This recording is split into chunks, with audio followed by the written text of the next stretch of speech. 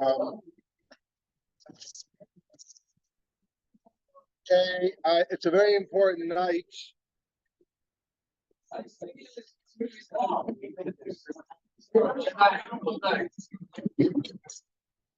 It is, first of all, I want to acknowledge that Abe Rosenberg is sponsoring, but there is room for a co-sponsor. He's allowing for a co-sponsor, and it's in memory of his mother's yahrzeit, which is going to be on Chai El, a very important date. Also, today is September 11th, so I want to know what day of El is it today? Yeah. We're focused on the secular calendar. What? It's your birthday? Yud Gimel Elul. Is that the other co-sponsor? Danny, now we're talking. Okay.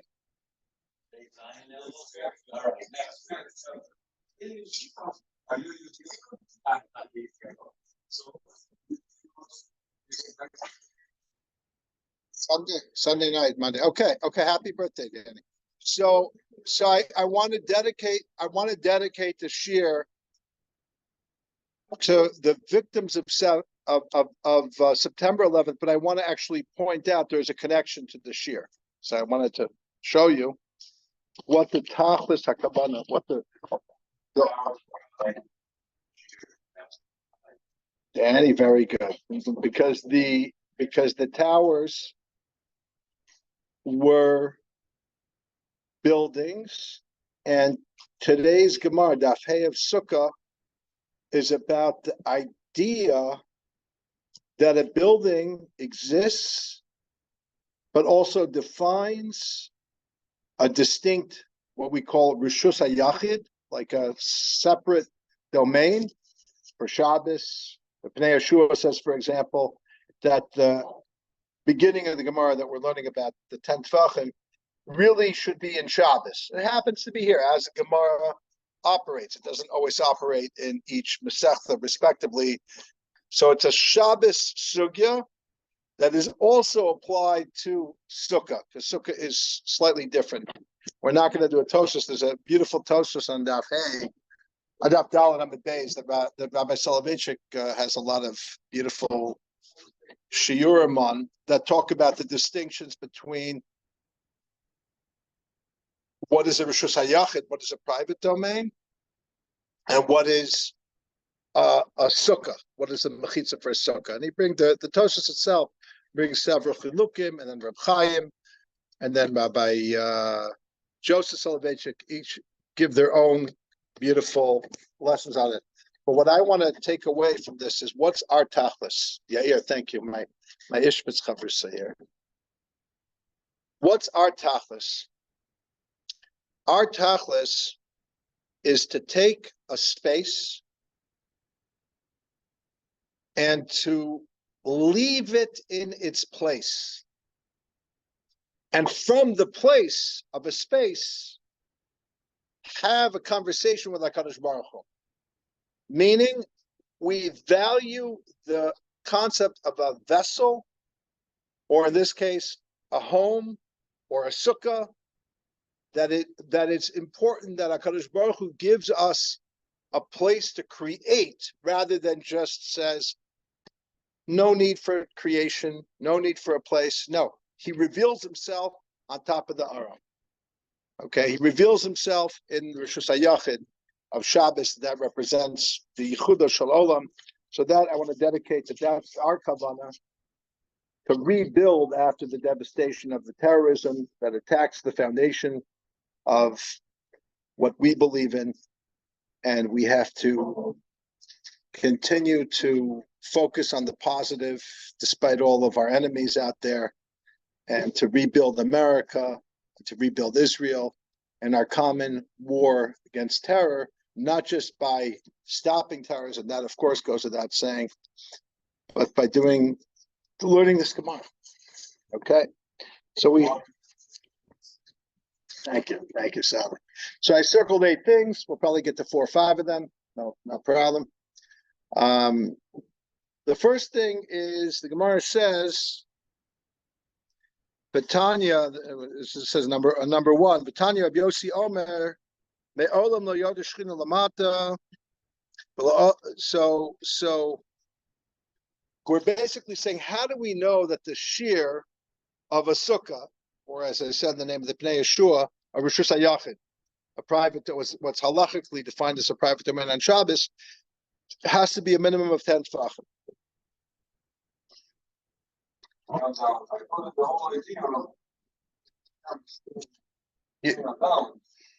Sally, you're always a step ahead. What can I tell you?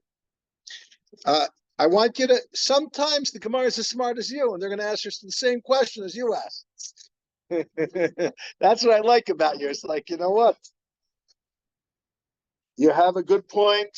The Gemara is with you. So let's read it inside.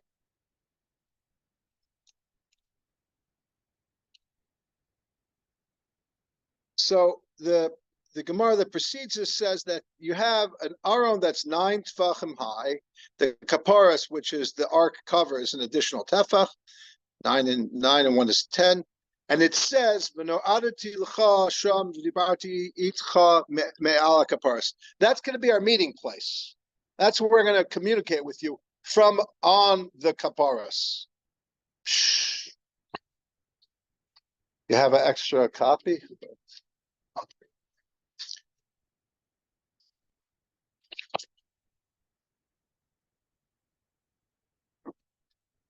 So, wow, that's the pasuk we're going to learn out from that pasuk that God communicates from on top of the aron. It uses the word there, and comes Rabbi Yossi and says,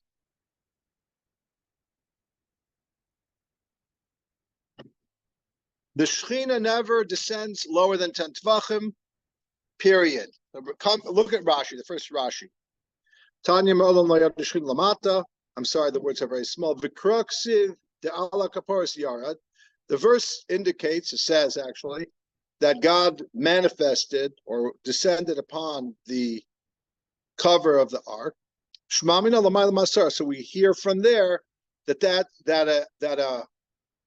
10 or above 10 tefachim is mitzvah rishusa, is a interruption or basically a consideration of a halachic rishus, halachic place, what we would call rishus hayachid. Okay, and anything above 10 tefachim, 10 tefachim and above is a rishus hayachid. Yeah, correct.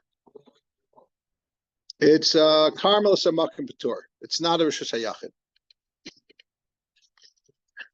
So it has the same din of a Rishus Hayachid. It has the same, it's learned out from the same source. There's only one minor difference for our blot. There's 4 or so other differences that mostly Rabbeinu Tam points out at a big Tosas and Dalet Amid base. That sheer happened in my home. To me privately, I skipped out. I didn't remember what I did, so I was like, I never taught Daf Dal. I did Abayz Gimel.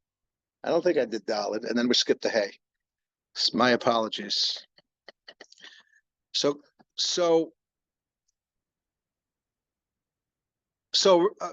let's continue the Gemara to number 2, because 1 and 2 are the same. They're like 2 sides of the same coin. But it says, the Gemara says, is that so? Did Moshe and Eliyahu never ascend to heaven? The answer is, that is correct. They never really went up. Why? Because the pasuk says that heaven is God's and earth is the human domain. Now, by the way, that's a lot of scholars like to quote that verse to tell you how the rabbis saw themselves in the Talmud. It's an anti-Christian verse, which says God actually came down and had a child. And it's even not really, it's a break or a rupture with the Torah, with the Tanakh, because it's saying, we are not interested in what God has to say. And the most famous story is the Tanur Shalachanai, Rabbi Lazar, that he said, if the halacha is like me, let the river go this way. Let God, let there be a heavenly voice. And God did say, or a baskol, some variation of a divinely inspired voice, said the halacha is like Rabbi Lazar all the time. And what is the response? This same verse. Hashemayim Shemaim, thank you, God. We're not interested in your opinion. Now, it's one thing to say that, to show that a halachic debate has a process. We go, let's say, Achar Rab Lahatos, we go after the majority. But to say that in terms of like Moshe Rabbeinu, and Moshe Rabbeinu never went up to Shemayim, no questions yet. Because we got to go boom, boom. I'm not answering your first question. I don't want to interrupt you. I know. Let's keep going.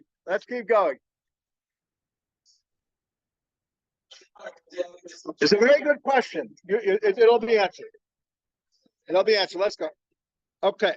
So that's the first thing, is it's a crazy Gemara, and it's about to get much, much crazier.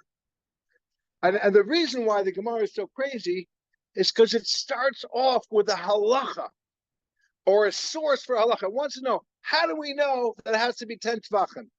How do we know the sukkah has to be 10 tvachim? It's not even above that, which the Gemara will bring into the equation later in the daf, that the schach is not within the 10 tvachim, it's above. Okay, and now we're right away saying there's this Hashemayim Shemayim LaHashem.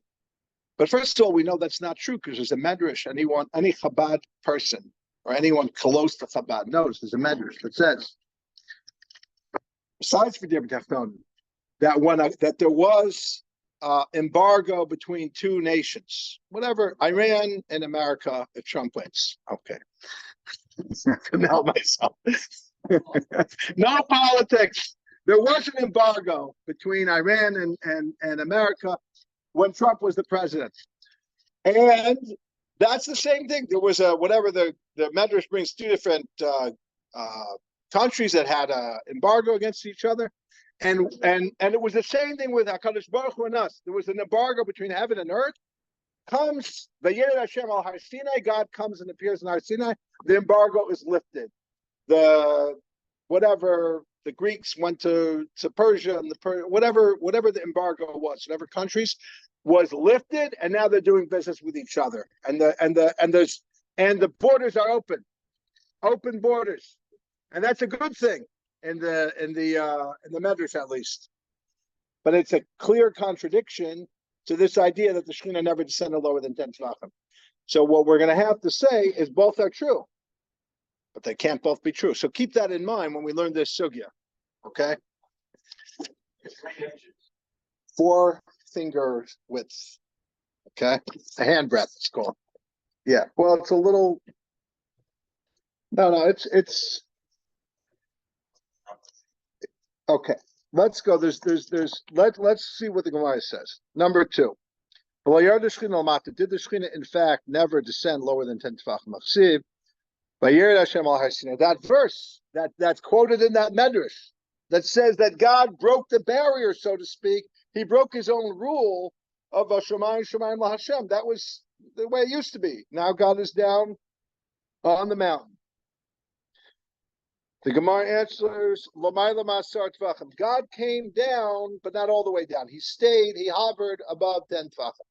By the way, this is great if you believe in God in the comic book version. Like Marvel and DC have done a great job of making God have a body, like the different, what are they called? The different godlike. But what is the godlike level of a superhero? What is that called? Superpowers. Not superpowers, more than that. They have in the comics, they have they're these cosmic powerful beings, but they have an image. So that would make sense if you saw this in a physical way. Obviously, we are past that way of learning or understanding. So we're going to have to understand what all of these things mean. When we say that God descended but didn't descend below 10 tvachim, he was hovering, it's not a movie. It's not Superman. hovering above, like, coming down, but also not being on the ground. That's not what we're talking about. Okay. I know you don't. But you had two questions. And if once you ask the third question, you're going to have to be quiet the rest of the night. That's going to be very hard. So keep it. Hold on to it.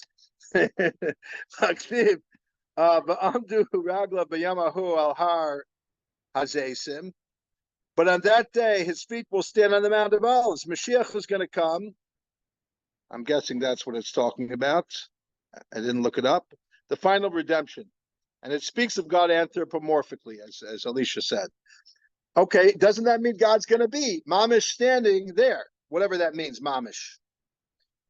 Again, he's not going to descend within the airspace of 10 tvachim.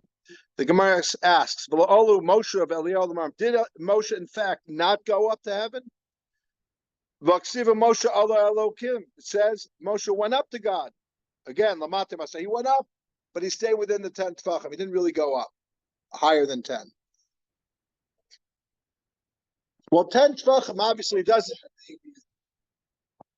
We're all higher than 10 tvachim, so it clearly doesn't mean 10 tvachim.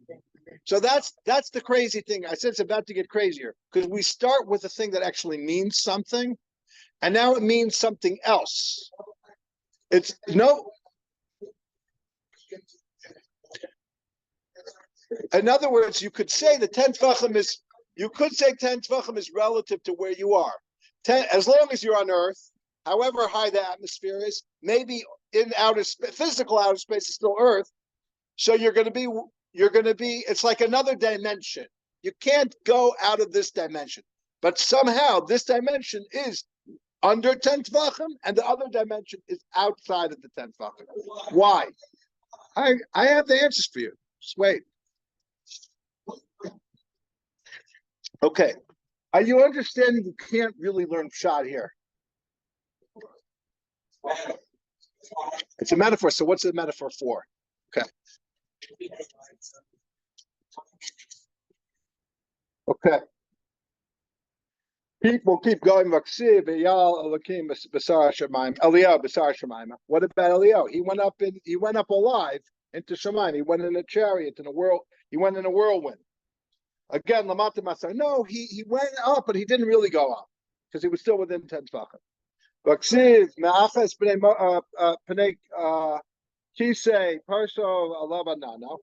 it's written by Moshe Rabbeinu that he was holding on to the face of the throne, and HaKadosh Baruch Hu put his cloud over him. So that would mean that he's in Shemayim. The Gemara answers, and the continuation of the question, Rab Tanchu says, Malamed Shapir Shaddai, Mizim Shchinoso, Ba'anan Allah. That means that HaKadosh Baruch Hu spread his radiance, his presence on Moshe, his cloud. Again, the Gemara answers, Lamata Masar. The Gemara asks on the same pasuk, guys, just learn. Let's learn. Let's read what the Gemara says. Then we'll break it down soon. Mikol Moka Ma'achas B'nei Kisei. But what about the pasuk that says he was holding on to the throne itself? So he's not lower than the throne. He's there. The Gemara says Ishtarvu ve'ishtarvu Kisei Adasara. The throne was lowered to Moshe so he could reach it within 10 tvachim. The interesting question. I mean, so it's the throne, it's above 10, but it's also lowered. So basically, we're getting a little hint here that it could be higher than 10 and a part of it's lower than 10. That's the first hint that we're getting, that this line in the sand, this invisible line that can't be higher or lower, there's some little bit of way to get in or out of it. Okay, little hint there. That's why people don't want to teach this, because of people like you. Nothing personal. Okay, let's keep going.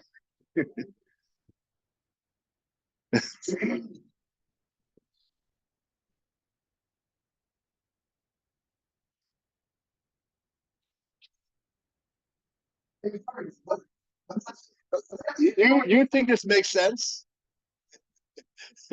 Tell me, Mark. You think it made something else, right? What does it mean? What does it mean? They said to make this a real story, it made sense. That's actually a difficult story.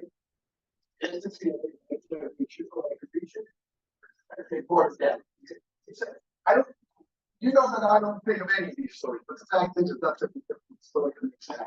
Okay. Well, I'm happy for you. Okay. So if you look in the Ben Yehoyada, the Ben Yishai is a Sephardic Kabbalist commentary on the Gemara. I didn't print it out. What? Yeah. Well, there's no better way to do it. So let me tell you what he says. He quotes the Arizal, and he basically explains this Gemara in the following way. You have the 10 Sfirot,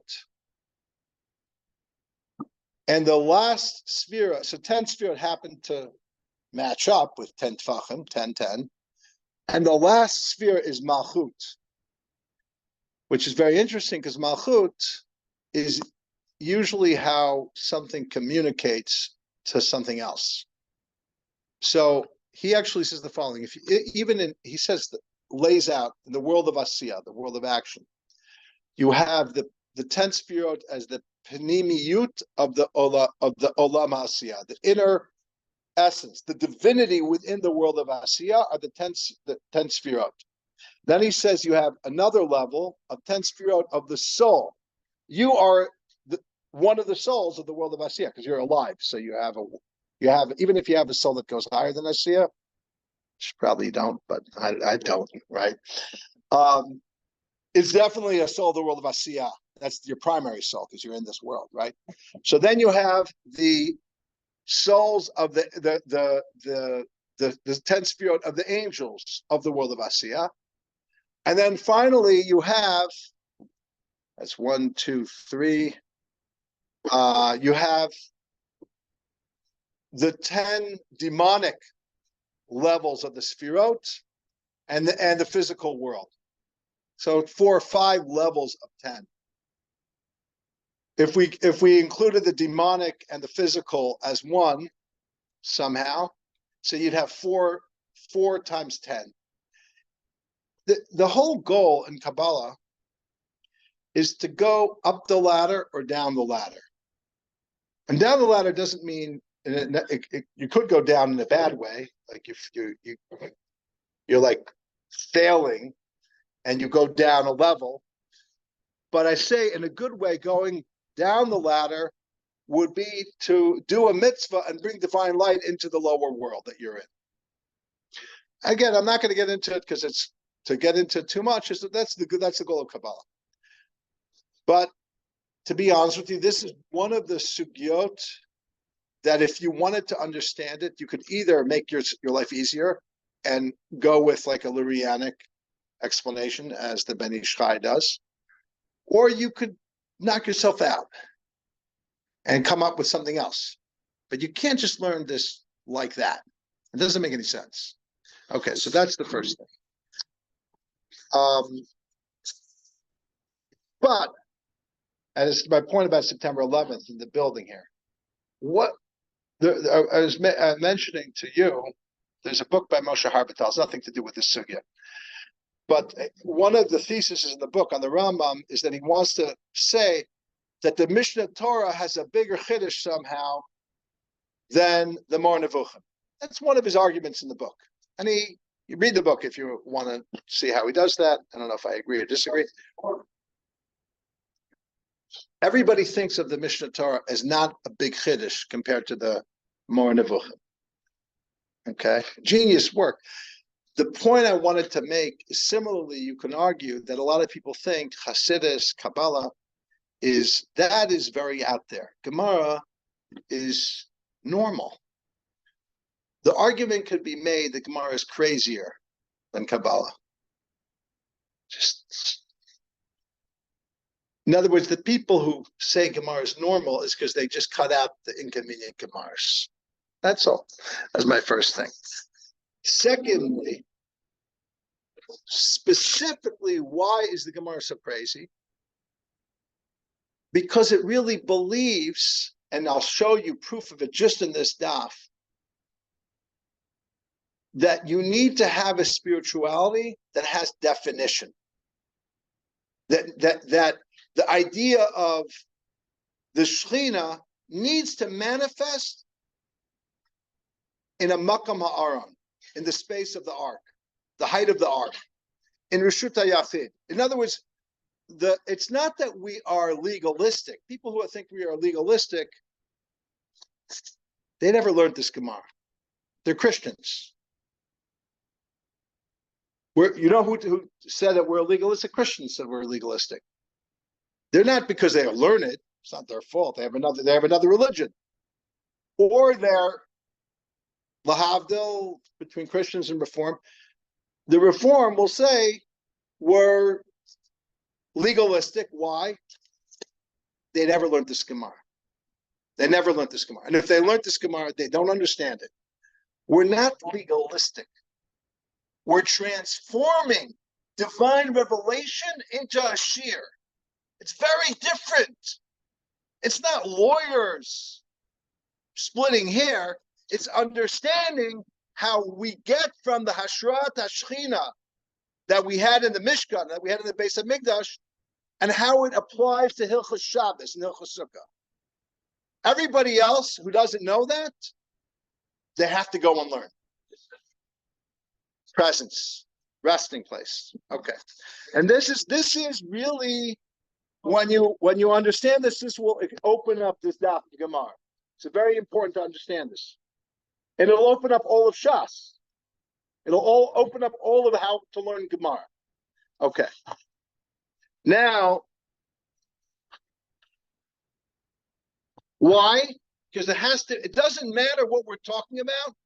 HaKadosh Baruch Hu is saying, I need there to be a shear. I need there to be 10 tvachim, and we can measure it. You know what's a sukkah? It's not you rolling in a piece of straw. It's a sukkah. This is how high it has to be. You know what's a Rosh Hashanah on Shabbos? It has to be 10 tvachim. Where do we learn it from? The Shechina. That's where we learn it from. Okay. Now, going a little further, why is that? Because HaKadosh Baruch Hu decided Hashemayim Shemayim LaHashem. That's his decision. He made a decision that he's going to be in heaven, he's going to give us earth, and therefore, even when there's extraordinary breaking of boundaries, there's still a boundary in place. Moshe's going up, it's still a Matam Asara Tvachim. He's still not going all the way up. Why? It's in the pasuk. You can't see my face and live.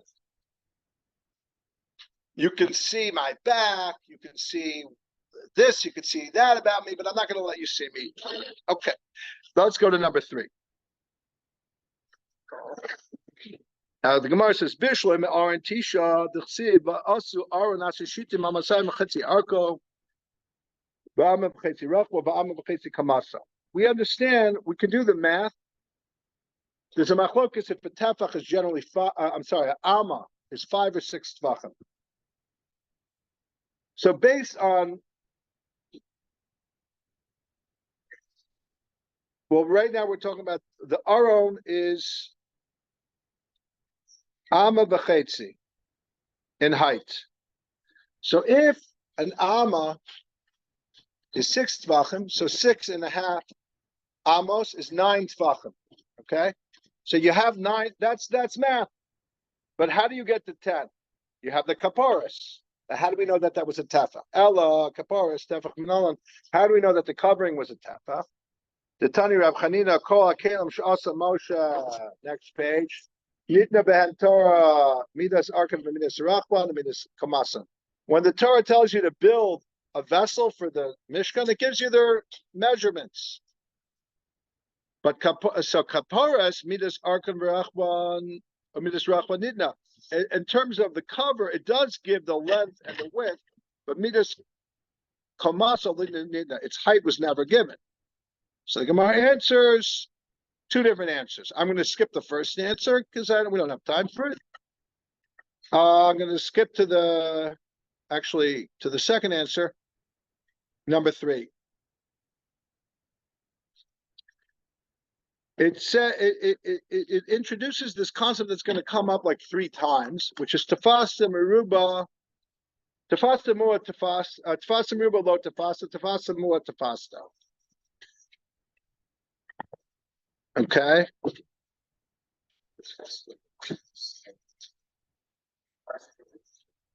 In other words, it's trying to say, I'm not going to read the answer, but it's saying, what should we compare it to? We can compare it to something smaller or bigger. And the Gemara is saying, compare it to the smaller shear, the smaller height, because if you're going to compare it to a bigger thing, you're not going to be able to. The question is, why not? Why can't you compare it to a bigger? I was thinking in finance, right? My goal in life is never to try to get more to have my money work for me, because nobody taught me anything about money. No, I am a complete ignoramus when it comes to money. I don't know anything about it. So where is it safe? In my pocket, and spending it. Why don't I invest? Because as far as I'm concerned, you try to make more, but maybe you'll get nothing. Maybe you'll lose it. But that's not what the Gemara means. That's a wrong reading of the Gemara. That's because I'm afraid because I didn't learn. That'd be like the Christians and the Jews who don't learn Gemara saying they know what Judaism is. Thank you very much. You have no idea what Judaism is, and thank you very much. I have no idea what business is. I'm not a businessman. I can't tell you. So that's not what it means. Maybe it is, but I wouldn't know. So what does it mean? Okay. Tafasa meruba lo tafasa. What does that mean? If I go for more, I'm not going to get it. What does that mean? So there's 3 opinions that I saw what it means. Yeah. Okay. So one answer is that if you don't take the smallest thing, it could be anything, and that goes exactly with the Gemara. What we're saying is we need definitions. Can't have things that are undefined. That could be everything. Everything is nothing. Like if I tell you I love everyone, you know who loves everyone? Kanye West loves everyone. He loves very few people. He's a hater. He's a Hitler admirer. So he uses the word love. By the way, I listened to his Narishkeit to see what our enemies are saying. And he's smart enough. He's a smart man. He's an evil man, but he's smart a man. So he doesn't say Hitler did a good thing. He says, I can't believe that Jews have no love and that they can't forgive Hitler. Christians can forgive Hitler. So he's using Christianity. Christianity is a bigger religion than us. So he's using what they believe, which is forgiveness, that we have no right to not forgive him. Try to turn Christians against Jews. So he's a smart man, a very evil man, a very divisive man. And one of the arguments he always uses for his pro-Hitler stuff is you have to love everyone. Chutzpah. If I would find out who are the biggest, KKK people who hung the most black people and go around telling the black community that they have to love those people, they would probably kill me. So if you think about his argument and you reverse it, it's a Narishkeit. But the point is that when you say a meaningless thing, it's one of 2 things. It's either evil, Kanye West loving everyone, especially Hitler, or it's just meaningless. So even if it's not evil, you don't have any tachlis, you don't have any actuality. So tafasa meruba lo tafasa means, since you can't define it, because it could be any amount, it could be bigger, it's a meaningless thing, and we need to have a meaning. Again, what's the goal here? We need to define things. We can't leave things open-ended, because you can't run a society when there's meaninglessness. I say, well, what's the law? The law is whatever you want it to be. There is no law. Thank you. It's not halachic.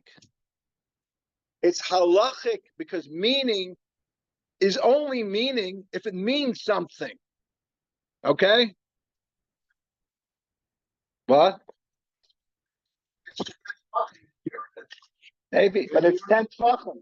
But it is 10 tvachim. It means something. Meaning, you know what it is? It's 10. At the end of the day, whatever 10 tvachim means, beruchniut, it's still 10 tvachim. Whether it's 10 sfirot or not, it's 10 tvachim.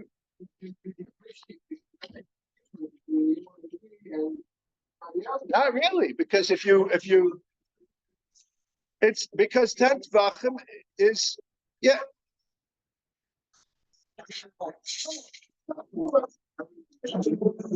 Okay, that's number 3. There's other answers at Tefas and Meruba Latfas, but I just want to go with that one. Number 4. This is just one line I want here. There's a machlokus. If you look at the art scroll, there's a machlokus between. I don't like the pictures here. They don't put any God's name in. So, the tzitz is the head plate that the Kohen Gadol wore, and it says on the head plate, Kodesh LaHashem, holy to God. It was the Yud Kei Vav Kei spelled out. And the question is, do you put the Yud Kei Vav Kei above the Kodesh? Because after all, it's God's name. It should be above. Or do you put it after and not or how do you put it? So there's a story where Rabbi Elazar says, and it's in the middle of 4. V'amar Rabbi Elazar, Rabbi Yosef, Rabbi Eliezer says, Ani re'isi b'Romi. I went to Rome. I went to the Rashi says the palace of the Caesar, is it? Caesar's palace. Who was that? So we all think Vatican, but let's remember there's only the Vatican because Rome isn't a superpower anymore. Rome used to be Washington. And who was Washington? The Caesar. He was the Trump, the future dictator of the country. No. I just can't help myself. He's not that, yeah. He was doing the or Kamala, whoever it's going to be, the future dictator of the country is going to be.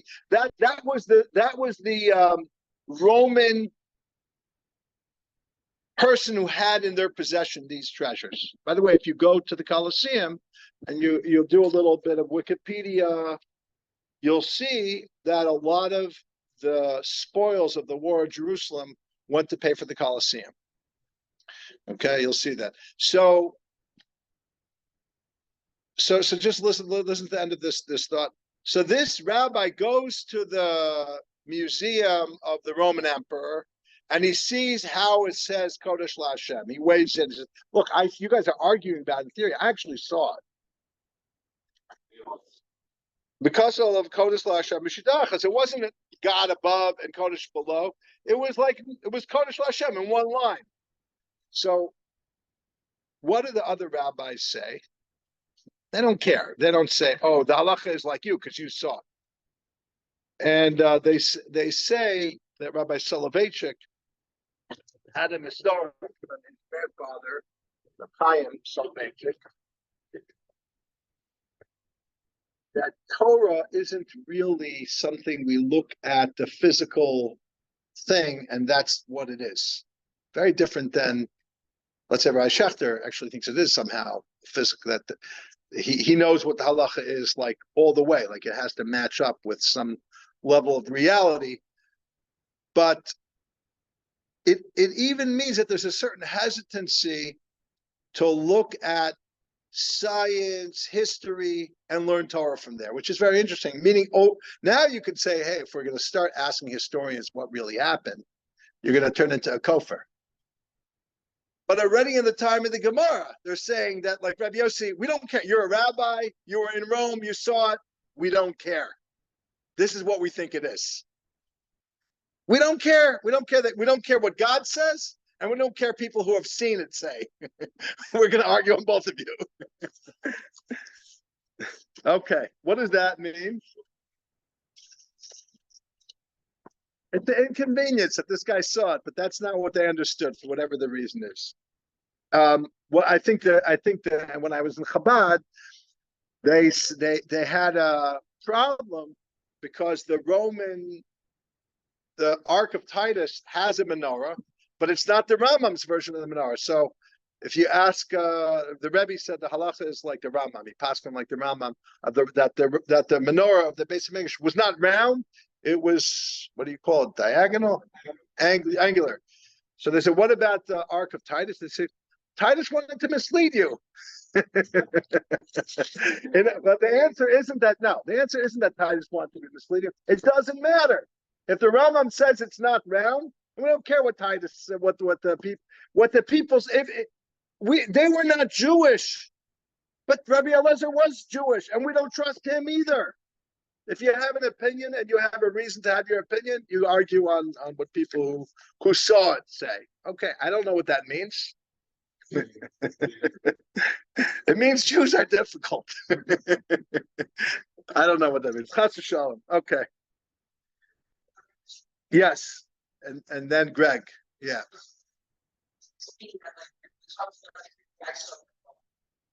There might be a fact of truth or not. Correct. Yeah, and this is not the only story. There was another debate that he also said, I saw the parochas, and it was like the halacha based on what I saw would be follow a particular opinion. The rabbis didn't concede. They don't care that what you saw. Yeah. What does that mean? It means that if somebody's going to come to you and say, I have historical documents that say otherwise in the Torah, I don't care. Rabbi Eliezer came with eyewitness accounts of what he saw, and it was just about whether the tzitz was written like this or written like that. They didn't care then either. But what my point is that to be a Jew today, you don't have to be anti-science. You don't have to be anti-history. But don't be a historian when it comes to learning Torah. Learn Torah like the way you learn Torah. Don't be a scientist when it comes to learning Torah. Learn Torah like Torah has its own. Respect Torah as Torah. We're nice that you have an interesting historical tidbit. Maybe it'll explain something better. Maybe it won't. But we're not going to uproot the Torah because of it. We're not even going to change our opinion because of it. Yes, Greg. Good. Okay, good. Greg, you had a question? So, one time I was on the trip in Rome, he took me on his car for a business trip. You got to see this. Yeah. Yeah. So it's a sign like this big, and it says this way to the arch, and it's on the hill of Palestine. And the tour guide said that the reason why they changed the name of Israel were the original Palestinians to reduce when you conquer someone, you want to take their identity away, their power. Yeah. Yeah. Yeah. By the way, if the Ark of Titus wasn't there, there'd be people who denied that all of that happened. I mean, believe me, there are people who deny it anyway, because those people don't believe in facts. We know that's for sure. We don't believe in facts for another reason, not because Torah is Torah. We need to learn Torah on its own. Like any history, any science that comes into Torah has to be filtered with knowing Torah is holy. We have our own way of learning Torah. Thank you for witnessing what you witnessed. We're not going to offend you, but Torah is still Torah. That's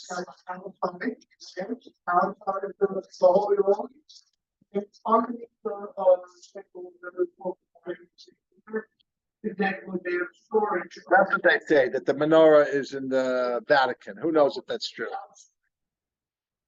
That I don't know. Anyway, let's continue. The Gemara says, number 6, my keruv.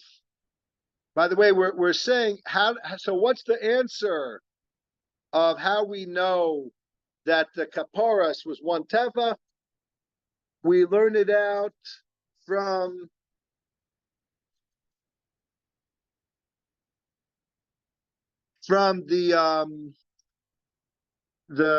that's the first opinion. The second opinion is we learn out from the keruv, which is one tefach. Now, how do we know that a keruv is one tefach? Because like a human face, a keruv is the face of the cherub.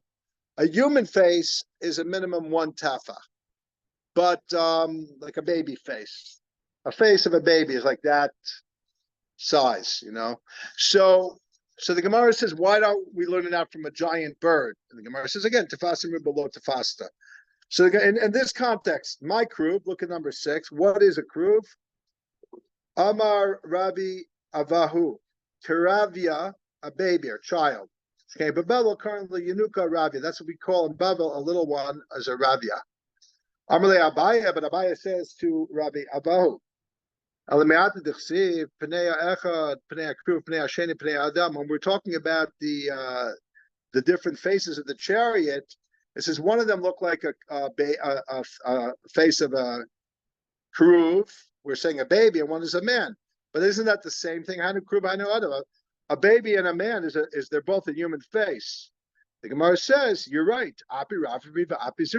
They're two human faces. One's a big adult child, an adult, and another one's a child. We know in Kabbalah there's something called Arich Anpin and Zer Anpin, right? Arich Anpin means an adult face or a slow to anger face, really, not ill-tempered.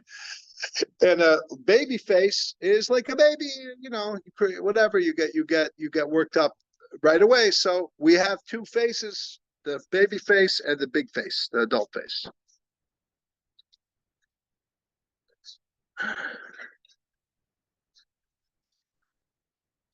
Again, it's interesting because keruvim, right, is part of the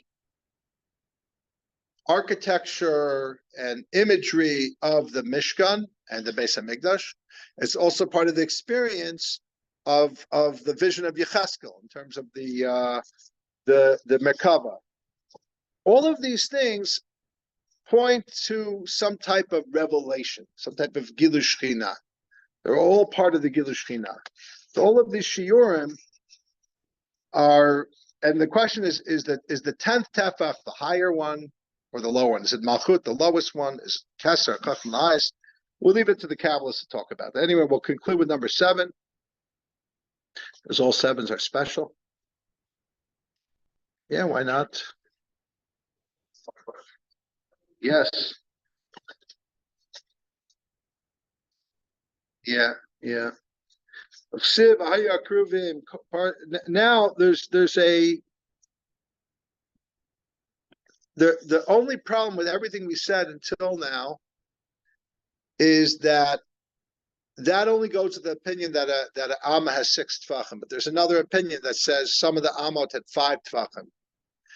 And then it doesn't add up to, the Aron doesn't add up to 10 tefachim, so you're back to square one. You don't have a proof from that verse that a shear of a mechitza, a shear of a partition for a rishus or for sukkah is 10 tefachim. So we have to go back to the drawing board, and we learn it out from other psukim, but believe it or not, it's still focused on the Beis Hamikdash of King Solomon and the height of they had on the ground, a big giant cherub with its wings outstretched, and you'll look at the Gemara, you'll learn the shurim there. Now,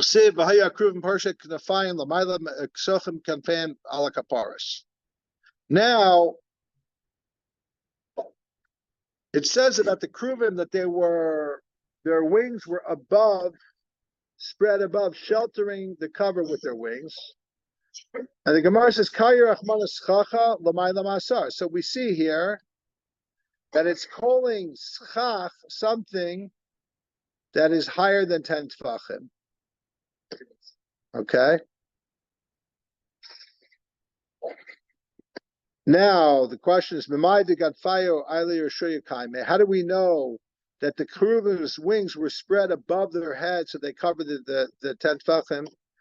Dilma lahadi rishayu kaime. Perhaps the wings were alongside their head, not above their head. Amar Yaakov l'maylatzim, because the verse says above. So the Demaila say they're way above. Again, Miksiv l'maylatzim, it doesn't say way above.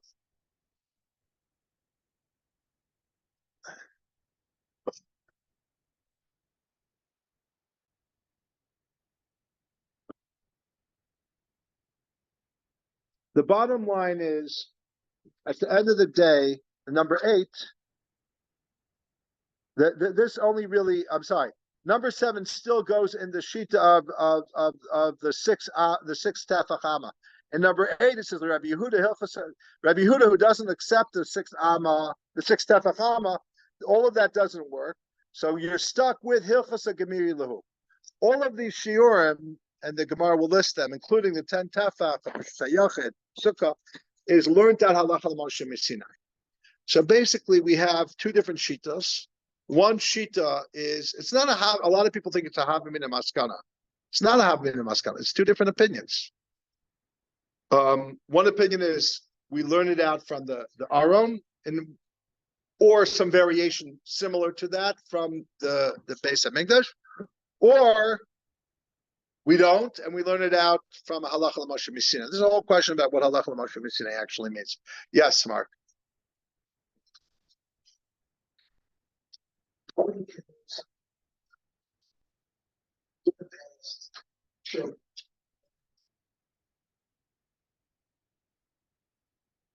Yeah.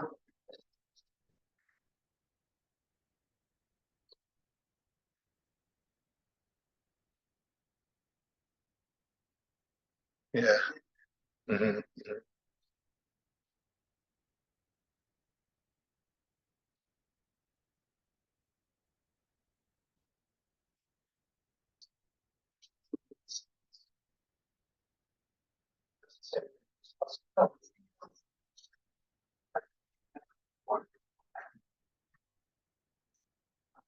See, let's say,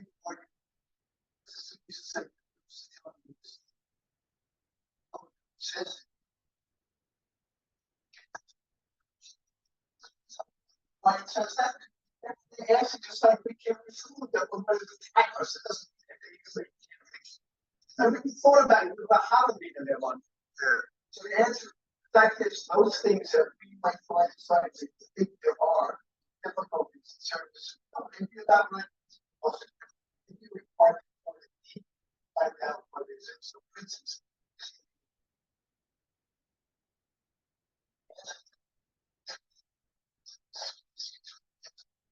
now, California,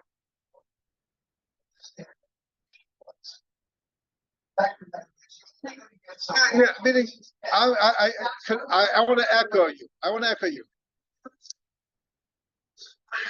But I want to echo you and say, so let me know if what I'm saying is what you're also saying.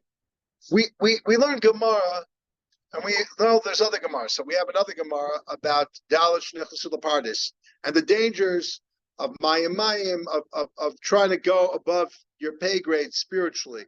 So in that context, Lamata Masar means there's certain limits, even on Moshe Rabbeinu. Accept it.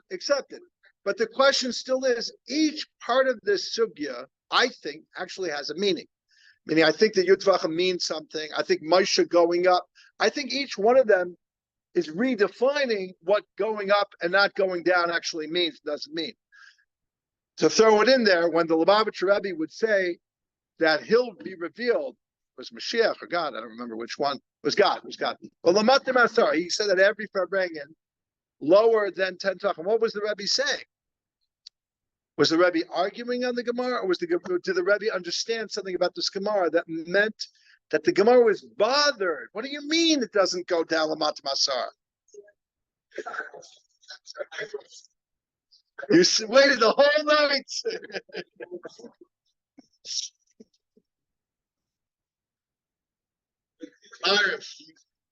30 seconds. Yeah. That's don't ask questions. That's the answer.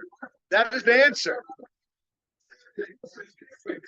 Why do we need everywhere?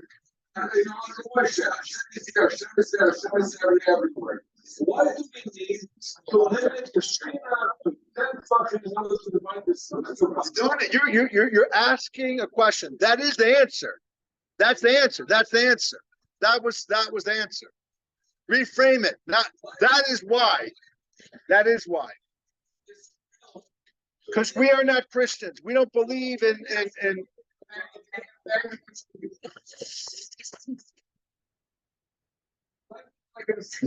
Mariv. Sure. What's